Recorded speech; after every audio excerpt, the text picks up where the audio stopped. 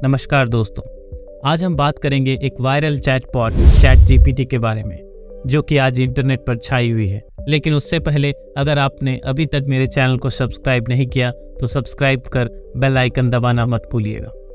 तो चलिए शुरू करते हैं। आपका समय महत्वपूर्ण है और उसी को ध्यान में रखते हुए मैंने वीडियो के टाइम फ्रेम को लिस्ट किया है, लेकिन इस वीडियो को अंत तक जरूर देखिएगा। आज हम बात करेंगे ChatGPT क्या है और इसे किसने बनाया, उनका विजन क्या था। क्या ChatGPT वाकई में गूगल जैसे सर्च इंजन को रिप्लेस कर सकता है? अगर ये एक चैटबॉट है तो कैसे अलग है बड़े बड़े कंपनीज के चैटबॉट से, और क्यों ये आज इतना वायरल है? ChatGPT की फ्यूचर पोटेंशियल क्या है? माइक्रोसॉफ्ट क्यों खरीदना चाहती है इस ChatGPT को? और अंत में आज के डेट में आप इसे कैसे अपने फायदे के लिए यूज कर सकते हैं। तो बने रहिए वीडियो के अंत तक। ChatGPT OpenAI नाम की एक आर्टिफिशियल इंटेलिजेंस रिसर्च लेबोरेटरी की देन है। इस कंपनी की गोल है आर्टिफिशियल इंटेलिजेंस पर रिसर्च कर ऐसे प्रोडक्ट्स और टूल देना जो कि मानवता के विकास के काम आ सके। इस कंपनी की स्थापना 2015 में 6 फाउंडर द्वारा किया गया। जब इस कंपनी की स्थापना हुई थी तो इसे एक नॉन प्रॉफिट ऑर्गेनाइजेशन के तौर पे स्थापित किया गया।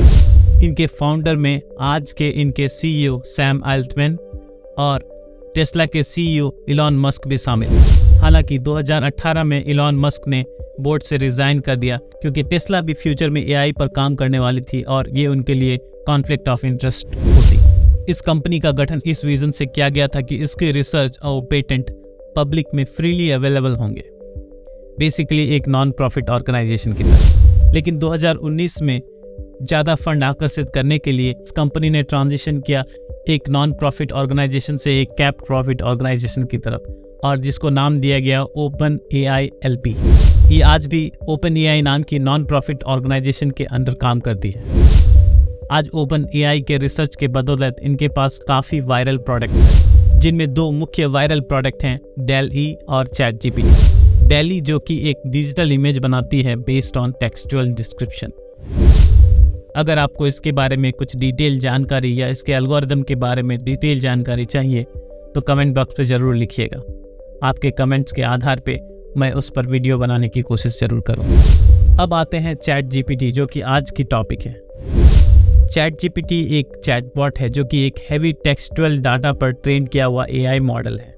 इसकी मेन फीचर एंड फंक्शन है ह्यूमन कॉन्वर्सेशन को मिमिक करना।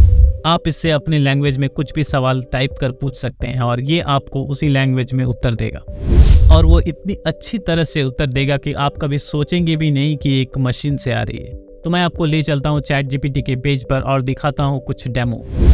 तो आप जैसे ChatGPT ओपन करते हो तो ये ChatGPT का मेन विंडो है। आप इसमें डार्क थीम या लाइट थीम यूज़ कर सकते हैं। मुझे लाइट थीम ज़्यादा पसंद है तो मैं लाइट थीम ही रखूँगा। तो सबसे पहले मैं एक फ़नी क्वेश्चन ChatGPT से करता हूँ। Write a poem on my wife Ankita for our marriage anniversary. और ये देखिए ChatGPT एक पोएम मेरी वाइफ पे लिख रहा है।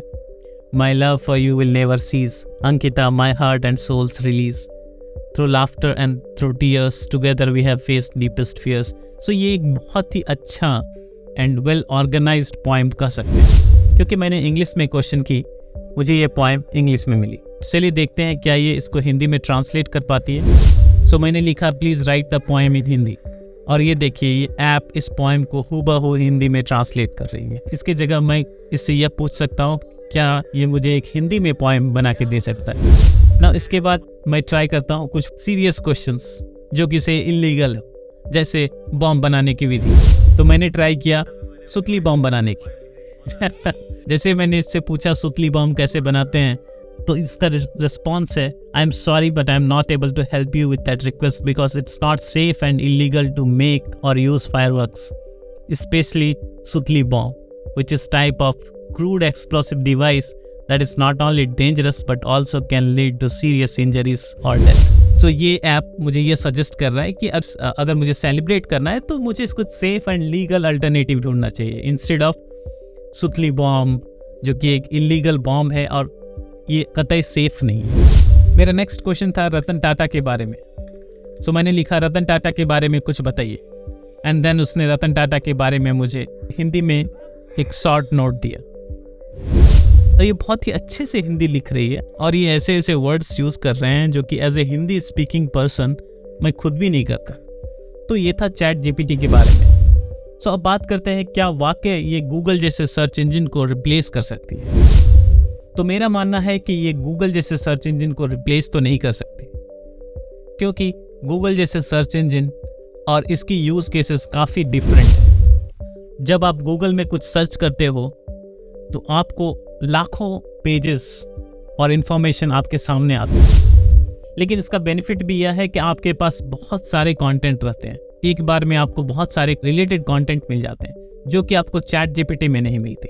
आपको एक पर्टिकुलर क्वेश्चंस का एक पर्टिकुलर आंसर मिलता है। That means just like human conversation. आपको अपना प्रॉब्लम स्टेटमेंट अच्छे से डिफाइन करना है, देन ओनली आपको एक रिलेटेड डेटा और इन्फॉर्मेशन मिल सकेगा। तो मेरे हिसाब से चैट जीपीटी गूगल जैसे सर्च इंजन को रिप्लेस नहीं कर सकती, लेकिन हाँ इसके कुछ यूज़ केसेस ज़रूर हैं जो कि अपना स्थान जरूर बनाएंगे एंड गूगल जैसी कंपनीज के रेवेन्यूज़ में तो गिरावट जरूर आई। सो अगर ये एक चैटबॉट है तो कैसे अलग है बड़े बड़े कंपनीज जैसे गूगल, मेटा इत्यादि के चैटबॉट्स। आज के डेट में बहुत सारी चैटबॉट्स अवेलेबल हैं, लोग उसको यूज़ भी करते हैं जो कि एआई बेस्ड भी है।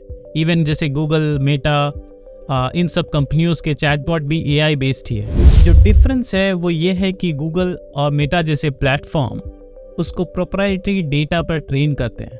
So that is kind of A constraint data, और जहाँ वो मॉडल तैयार होती है एंड उसके हिसाब से आपको कंस्ट्रेंट आउटपुट भी मिलता है। जबकि ये चैट जीपीटी एक ऐसा प्लेटफॉर्म है, ऐसा एआई मॉडल है जिसको ट्रेन किया गया है इंटरनेट के वास्ट टेक्सचुअल डेटा पर। Variety of information, variety of subjects, books इत्यादि पे ये ट्रेंड है। सो अगर आप कोई मैथ के क्वेश्चंस, कोई प्रोग्रामिंग के क्वेश्चंस आप चैट जीपीटी पे पूछते हो तो आपको उसका रिस्पांस मिलता है।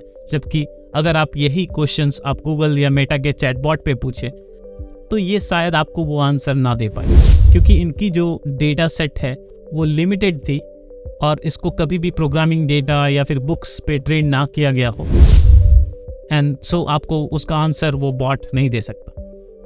सो ये एक बड़ा अंतर है चैट जीपीटी एंड देन ये बड़ी कंपनीज के चैटबॉट के बीच में। अब बात करते हैं इसके फ्यूचर पोटेंशियल की। सो आज के डेट में इसकी लिमिटेड यूज़ होने के बावजूद इसकी फ्यूचर पोटेंशियल काफ़ी ज़्यादा है, क्योंकि ये ह्यूमन लैंग्वेज को समझ सकती है और उसी लैंग्वेज में आंसर कर सकती है। ये इसकी बहुत बड़ी अचीवमेंट है। इसके यूज़ केसेस काफ़ी हो सकते हैं, जैसे कंटेंट क्रिएट करने में। अगर आपको कोई स्क्रिप्ट चाहिए किसी एक पर्टिकुलर टॉपिक में तो ये आपको स्क्रिप्ट लिख के दे सकती है। फुल स्क्रिप्ट नहीं तो आपको एक crude version of the script मिलता है जिसको कि आप बाद में मॉडिफाई या एडिट कर सकते हो। ये आपके लिए एक पर्सनलाइज्ड मैसेज लिख सकता है। ये एक इंगेजिंग, रियलिस्टिक कन्वर्सेशनल एजेंट की तरह भी काम कर सकता है, जहाँ कि सामने वाले पर्सन को ये पता भी ना चले कि वो इंसान से बात कर रहा हो या मशीन से। आज ये एक टेक्सचुअल मॉडल है, कल जाकर इसे टेक्स्ट से एक वॉइस पे भी कन्वर्ट किया जा सकता है। सो अगर ये टेक्स्ट से स्पीच में कन्वर्ट कर दिया गया तो सोचिए ये क्या रेवोल्यूशन ला सकता है, क्योंकि ये एक मशीन है।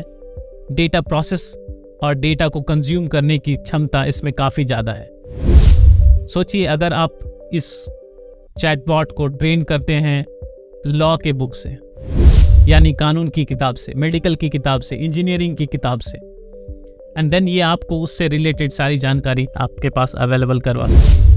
और जैसे जैसे टेक्नोलॉजी एडवांस होती जाएगी, इसकी एक्यूरेसी बढ़ती जाएगी और ये और ज़्यादा इम्प्रूव होती जाएगा। सो फ्यूचर में इसकी पोटेंशियल काफ़ी ज़्यादा है। अब बात करते हैं माइक्रोसॉफ्ट क्यों खरीदना चाहती है चैट जीपीटी को। माइक्रोसॉफ्ट ऑलरेडी एक इन्वेस्टर है ओपन एआई एलपी के। सो यह एक न्यूज़ है जिसमें माइक्रोसॉफ्ट के इंटरेस्ट के बारे में कहा गया है कि माइक्रोसॉफ्ट इस पर $10 बिलियन इन्वेस्ट करने के लिए इंटरेस्टेड है। अगर माइक्रोसॉफ्ट इस पर $10 बिलियन इन्वेस्ट करती है तो इस कंपनी का 49% स्टेक माइक्रोसॉफ्ट के पास होगा। लेकिन इस न्यूज़ की पुष्टि आज तक माइक्रोसॉफ्ट ने नहीं की है।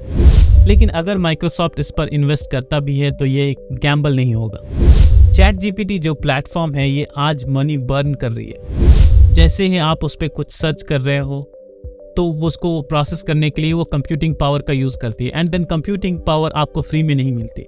जब भी आप कंप्यूटिंग पावर का यूज़ करते हो that means you are burning money. अगर माइक्रोसॉफ्ट ने इस पर इन्वेस्ट किया, ज़्यादा से ज़्यादा ट्रैफिक माइक्रोसॉफ्ट अपने क्लाउड बिजनेस में ला सकता है, क्योंकि चैट जीपीटी जितनी फेमस होती जाएगी माइक्रोसॉफ्ट के क्लाउड बिजनेस पे ट्रैफिक उतना बढ़ता जाएगा, एंड देन माइक्रोसॉफ्ट इवेंचुअली उसके लिए चैट जीपीटी को चार्ज करेगी। सो इवेंचुअली ये एक स्ट्रैटेजी है माइक्रोसॉफ्ट की, ताकि माइक्रोसॉफ्ट एआई के क्षेत्र में आगे रह सके और इसके साथ ये इससे प्रॉफिट भी बना सके। ये तो वक्त ही बताएगा कि माइक्रोसॉफ्ट इस पर इन्वेस्ट करेगा या नहीं, क्या ये 10 बिलियन के वर्थ वैल्यू रखती है या नहीं, क्योंकि एआई पर काफ़ी सारे कंपनी रिसर्च कर रहे हैं। तो हो सकता है फ्यूचर में इससे भी कोई अच्छी टेक्नोलॉजी आए जो कि चैट जीपीटी को रिप्लेस करे। अगर ये ऐसा होता है तो फिर माइक्रोसॉफ्ट का $10 बिलियन स्पेंड करना at this stage loss making होगा। अब जानते हैं कि आज के डेट में आप इसका यूज़ कैसे कर सकते हैं। आज के डेट में आप इसका यूज़ कुछ ईमेल लिखने, अपने कंटेंट को इम्प्रोवाइज करने, अगर आप कोडिंग करते हो तो आप स्क्रिप्ट लिख सकते हो, अगर आप एल्गोरिदमिक ट्रेडिंग करते हो तो चैट जीपीटी की हेल्प से आप एल्गोरिदम लिख सकते हो। आप कोई भी छोटी मोटी सर्च गूगल पे ना कर इस पे कर सकते हो।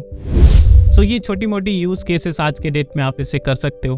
तो ये था आज का एपिसोड। अगर आपको पसंद आए तो लाइक, शेयर एंड सब्सक्राइब जरूर कीजिएगा। धन्यवाद।